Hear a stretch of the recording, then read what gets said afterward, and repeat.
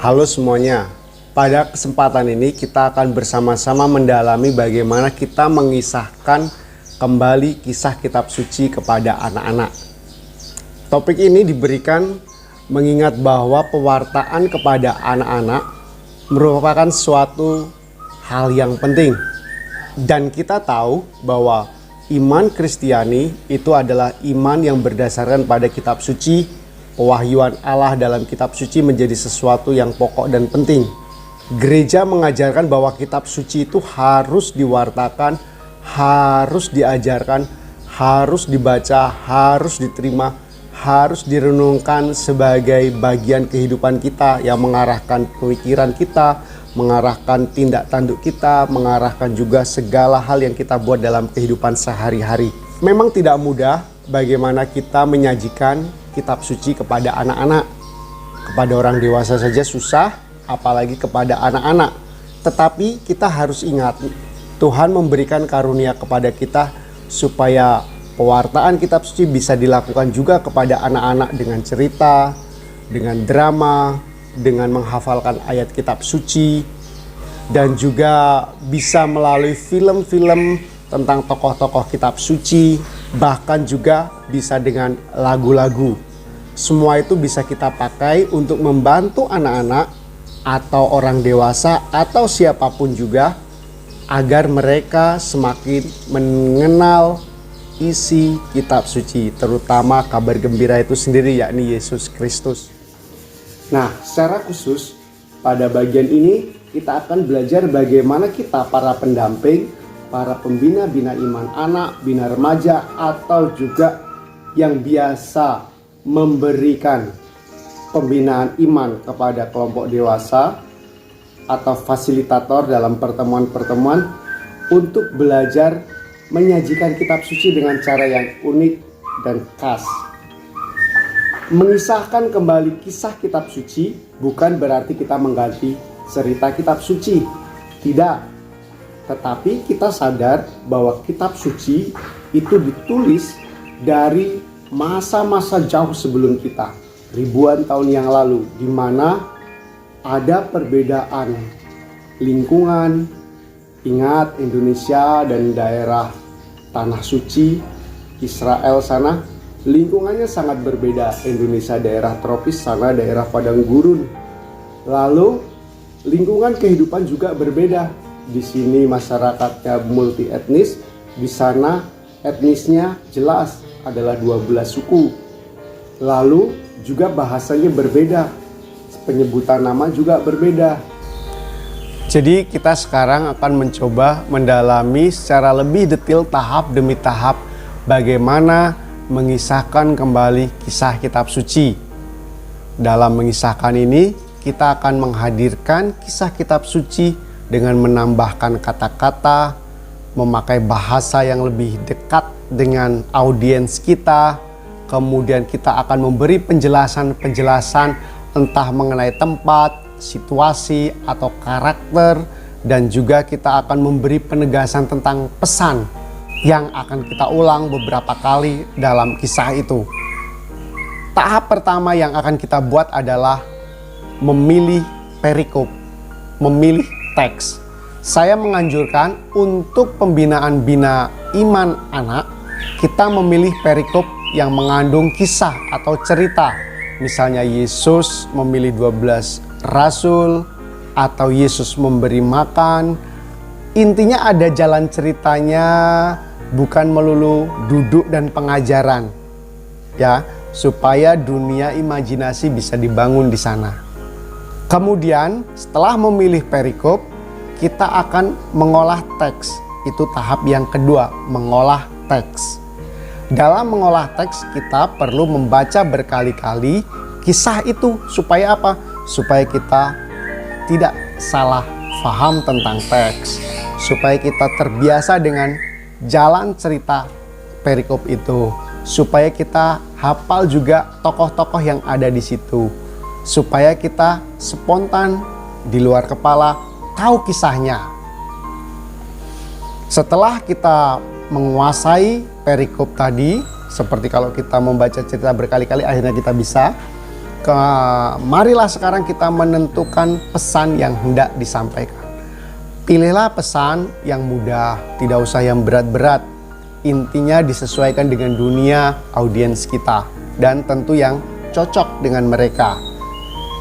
Kemudian setelah kita memilih pesan, kita nanti akan mencoba mengimajinasikan, membuat kisah perikop tadi itu menjadi hidup. Misalnya tentang karakter si tokoh. Rambutnya seperti apa, perawaannya seperti apa, gaya bicaranya, sifatnya. Jadi ini akan bisa membantu. Atau tentang tempat, posisinya tinggi, rendah, itu kita ekspresikan, kita jelaskan. Setelah kita mencoba membuat kisah tadi itu menjadi jelas, kalau perlu dibantu dengan narasi supaya lebih jelas.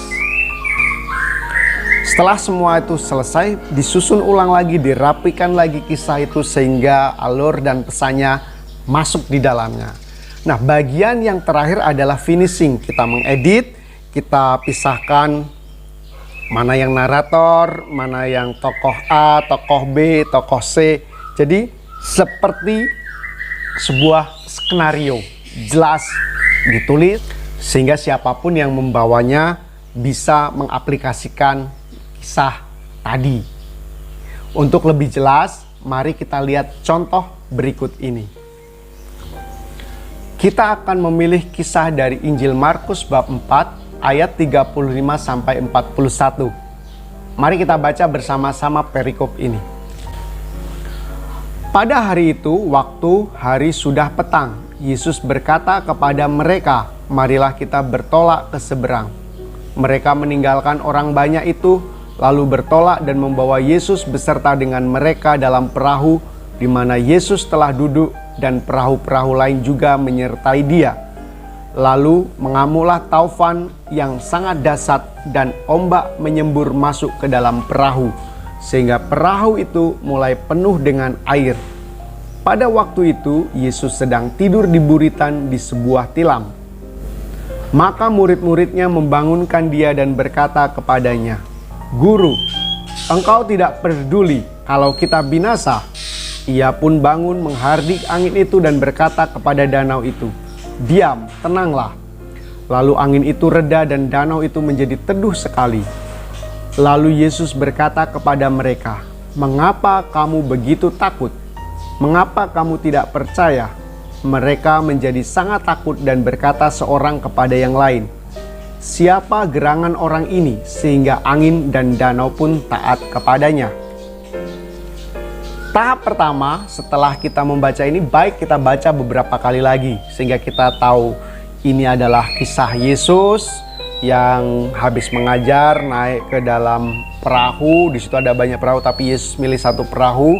Kemudian dalam perjalanan menyeberang danau itu Yesus tidur di bagian buritan, di bagian belakang, di atas tilam. Sementara murid-murid lainnya di sekitarnya ada perahu-perahu lain yang menyertainya dalam perahu itu.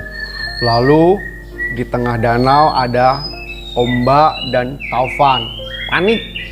Ketika panik, apa yang terjadi? Para murid bingung, memprotes Tuhan Yesus, tetapi kemudian minta tolong kepada Tuhan Yesus. Dan akhirnya Tuhan Yesus menyuruh taufan itu, "Diam, tenanglah." Dan setelah itu tenang dan akhirnya mereka bisa melanjutkan perjalanan sampai ke tepi. Nah, ini harus kita kuasai. Ada Yesus, ada perahu, ada murid-murid, ada danau, ada taufan. Jadi suasana ini harus kita kuasai. Dari situlah kemudian kita memilih apa yang menjadi pesan teks. Banyak sekali karena ini unsurnya kerigma, pengajaran, maka kita harus menemukan pesan dari kitab suci. Yang pertama misalnya Yesus adalah penguasa alam semesta. Karena Yesus berkuasa terhadap ombak, terhadap taufan gitu ya. Atau Yesus yang selalu menyelamatkan. Kita lihat dalam kisah tadi Yesus menyelamatkan murid-muridnya. Atau Tuhan Yesus menyertai kita. Ingat, dalam kisah tadi walaupun suasana agak mengerikan, menakutkan, tapi Yesus sebenarnya ada dalam perahu itu.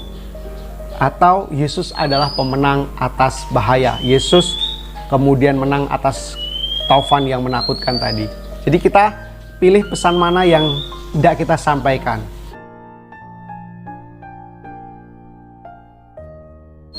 Bisa saja untuk anak-anak yang kita tekankan adalah Yesus pemenang atas bahaya. Bisa saja kita pilih itu.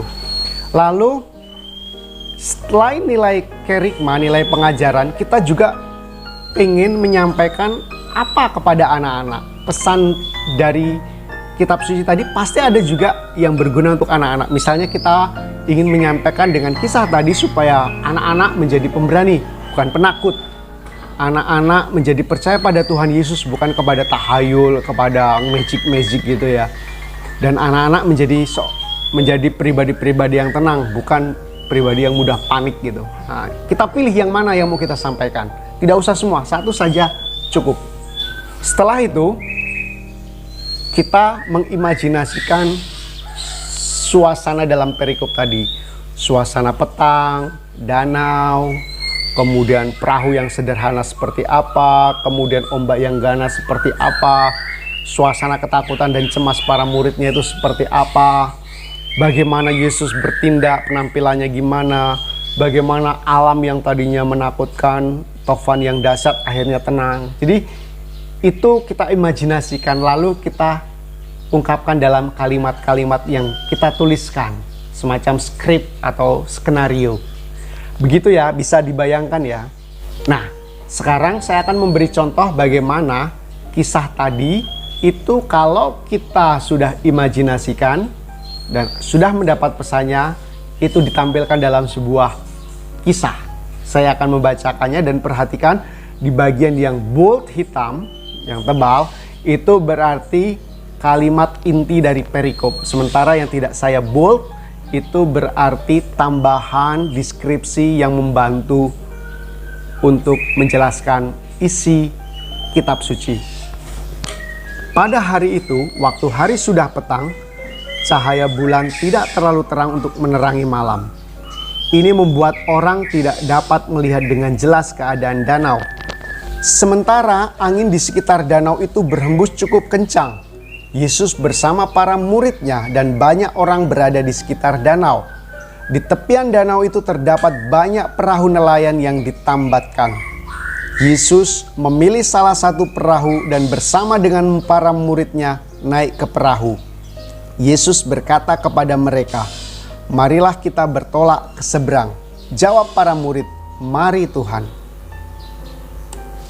Beberapa murid mendayung perahu itu ke tengah. Perahu-perahu lain mengikutinya. Lalu layar dikembangkan sehingga kapal dapat bergerak menggunakan kekuatan angin. Mereka meninggalkan orang banyak itu lalu bertolak dan membawa Yesus beserta dengan mereka dalam perahu, di mana Yesus telah duduk dan perahu-perahu lain juga menyertai dia. Perahu Yesus terbuat dari kayu dan kuat dan kokoh. Perahu itu bergerak perlahan menuju tengah danau. Sementara angin terasa berhembus semakin kencang. Angin itu menggerakkan ombak dan menciptakan suara yang mengerikan. Walaupun diombang-ambingkan oleh ombak, perahu itu cukup kuat dan tidak mudah tergoncang. Namun demikian, para murid mulai khawatir dan takut. Kata seorang murid, "Wah, bahaya, ombaknya sangat menakutkan." Apa yang terjadi kemudian? Rupanya angin malam itu sangat dahsyat dan tidak seperti biasanya.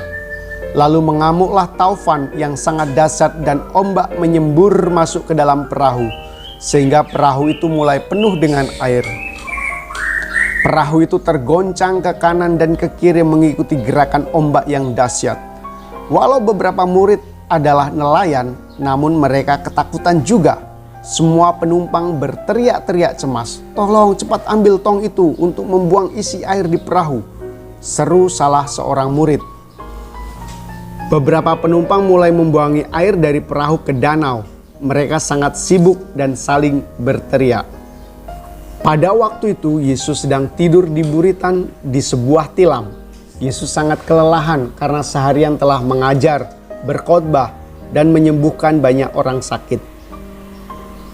Para murid tercengang melihat sang guru tidur dengan tenang, seolah-olah tofan itu tidak mengganggu istirahatnya. Maka murid-muridnya membangunkan dia dan berkata kepadanya, "Guru, engkau tidak peduli kalau kita binasa?" Para murid sangat mengharapkan bantuan dari Tuhan Yesus. Komentar seorang murid, bisa-bisanya ia tidur ya dalam keadaan seperti ini. Yesus membuka matanya melihat para murid kebingungan. Ia pun bangun menghardik angin itu dan berkata kepada danau itu, "Diam, tenanglah." Dan hebatnya dalam seketika suasana berubah. Ombak yang bergerak mau menelan perahu dan angin yang mengombang-ambingkan tadi berubah. Lalu angin itu reda dan danau itu menjadi teduh sekali. Para murid yang menyaksikan heran dan kagum kepada Yesus. Wow, keren. Ia bisa membuat danau diam. Lalu Yesus berkata kepada mereka, "Mengapa kamu begitu takut? Mengapa kamu tidak percaya? Bukankah aku bersama kalian?" Mereka menundukkan kepala. "Ya, mengapa kita harus takut tadi? Kita lupa ada Tuhan bersama kita," kata seorang murid. Mereka menjadi sangat takut dan berkata seorang kepada yang lain, "Siapa gerangan orang ini sehingga angin dan danau pun taat kepadanya?" Seorang murid lain berbisik kepada temannya, "Sungguh, Dia adalah Tuhan yang luar biasa." Perahu mereka dengan tenang melintasi danau. Mereka akhirnya sampailah ke tepi danau. Semua penumpang tampak kagum dan merasa semakin berani berjalan bersama Yesus. Kita perhatikan di situ ada narator, ada murid, bisa kita tampilkan 2 atau 3 orang supaya karakter suara berbeda, gaya berbeda. Lalu ada tokoh Yesus. Lalu mulailah kita susun mana yang menjadi bagian narator, mana yang menjadi kata-kata Tuhan Yesus, mana yang menjadi jawaban para murid. Semua kita tuangkan. Ada murid 1, murid 2, murid 3. Narator supaya tidak terlalu berat tugasnya juga bisa ada 2 narator, narator 1 dan narator 2. Penyusunan ini akan mempermudah kita ketika kita nanti akan memainkan dalam bentuk drama. Siapa memerankan apa dengan kata-kata apa. Kurang lebih demikianlah bagaimana kita mengisahkan kembali kisah kitab suci sehingga akhirnya bisa menjadi sebuah drama yang kita tampilkan. Semoga teknik ini membantu kita untuk mengembangkan pewartaan kepada anak-anak. Terima kasih, salam dari saya Romo Wahyu.